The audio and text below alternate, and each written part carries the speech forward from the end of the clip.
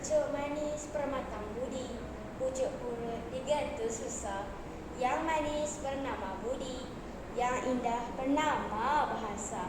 Terima kasih pengacara majlis. Yang berbahagia guru besar, guru-guru, rakan-rakan kombinasi, para juri yang arif lagi bijaksana sebagai penegak keadilan, penjaga masa yang budiman, dan seterusnya hadirin hadirat warga dewan yang saya kasihi sekalian. Assalamualaikum warahmatullahi wabarakatuh dan salam sejahtera pembuka bicara. Berdirinya saya di atas persada indah tidak lain dan tidak bukan kerana ingin menyampaikan sebuah pidato yang bertajuk fungsi bahasa Melayu sebagai bahasa kebangsaan, bahasa rasmi, bahasa perpaduan, bahasa pengantar, bahasa ilmu dan bahasa komunikasi rakyat Malaysia.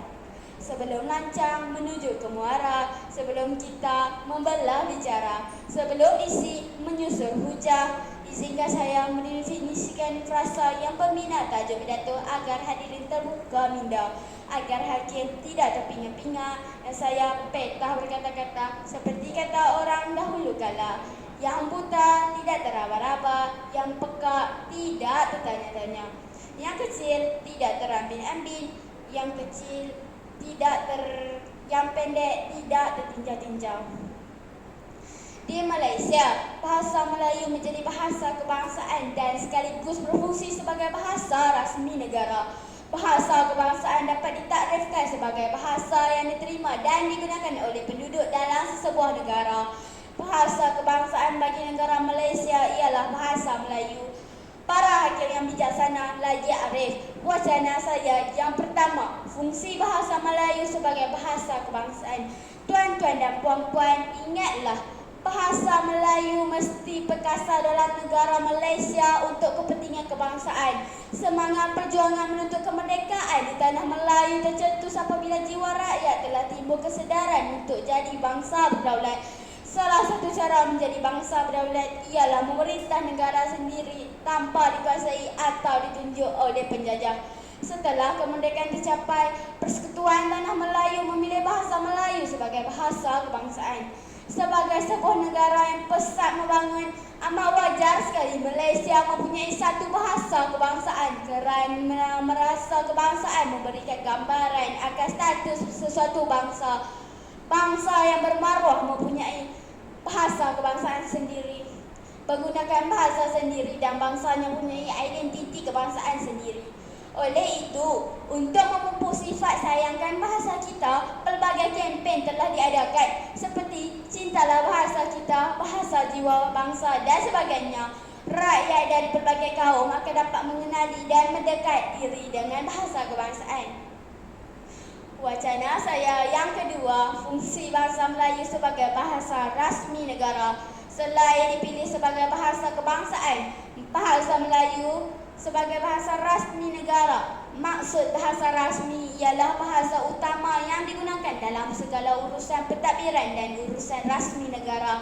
Contohnya, bahasa Melayu digunakan dalam sistem pendidikan negara, urusan surat menyuarat pentadbiran negara. Cuba kita renung, bukakan mata, celikkan minda dalam mesyuarat kerajaan persekutuan dan kerajaan negeri, di persidangan-persidangan seminar, di parlimen, bahkan dalam perbicaraan di mahkamah, mesti diutamakan penggunaan bahasa Melayu. Para hadirin yang dihormati sekalian, wacana saya yang ketiga, fungsi bahasa Melayu sebagai bahasa perpaduan rakyat Malaysia. Bahasa perpaduan bermaksud bahasa yang digunakan sebagai tali pengikat kemufakatan antara anggota masyarakat. Hal ini kerana masyarakat kita adalah masyarakat majmuk yang berbeza kepercayaan, amalan, budaya, agama dan bangsa. Bahasa Melayu dapat memainkan peranan sebagai penyatu kepelbagaian tersebut melalui penggunaan bersama atau salah satu bahasa untuk satu negara. Kerajaan menggalakkan rakyat menggunakan bahasa Melayu dalam semua komunikasi awam dan terbuka agar tidak timbul syawak sangka antara satu sama lain. Hadirin dan hadirat yang dikasihi sekalian, wacana saya yang keempat, fungsi bahasa Melayu sebagai bahasa pengantar dalam sistem pendidikan negara. Yang dimaksudkan sebagai bahasa pengantar pendidikan ialah bahasa yang digunakan sebagai alat perhubungan dalam pengajaran pembelajaran. Bahasa Melayu yang berfungsi sebagai bahasa pengantar dalam pendidikan membuktikan keupayaan bahasa Melayu sebagai alat menyampaikan pelbagai ilmu untuk digunakan bagi memajukan diri, masyarakat dan negara. Rakyat Malaysia mendapat pendidikan rendah, menengah dan universiti dalam bahasa Melayu berjaya meraih anugerah hingga peringkat antarabangsa. Ramai rakyat Malaysia yang bekerja di syarikat-syarikat antarabangsa, baik syarikat yang beroperasi dalam negara maupun syarikat yang beroperasi di luar negara. Wacana saya yang terakhir, fungsi bahasa Melayu sebagai bahasa komunikasi masyarakat. Bahasa Melayu merupakan bahasa komunikasi kerana ia dituturkan oleh semua orang dalam pelbagai lapisan masyarakat. Ia merupakan bahasa ibunda dan bahasa utama di Malaysia, digunakan oleh semua golongan masyarakat, tidak kira di desa atau di kota, golongan kaya ataupun miskin. Oleh sebab itu, mesej dapat disampaikan dengan mudah, tepat dan difahami oleh semua golongan masyarakat. Ia juga memudahkan penyampaian dan penerimaan maklumat. Senario ini telah memberikan satu manifestasi yang jelas, iaitu bahawa bahasa Melayu berperanan sebagai bahasa komunikasi di Malaysia.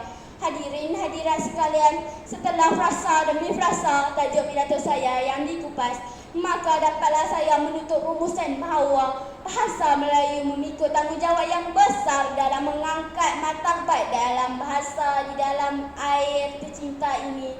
Oleh sebab itu, segala fungsi bahasa Melayu iaitu sebagai bahasa kebangsaan, bahasa rasmi, bahasa perpaduan, bahasa pengantar, bahasa ilmu dan bahasa komunikasi perlu terus didaulat agar keperkasaan bahasa Melayu kekal dan dikagumi. Sebelum saya mengundur diri, saya menyusun 10 jari. Memohon maaf sekiranya ada terkasar bahasa, tersalah kata atau tersilap bicara. Saya akhiri pidato saya ini dengan kata bijak pandai.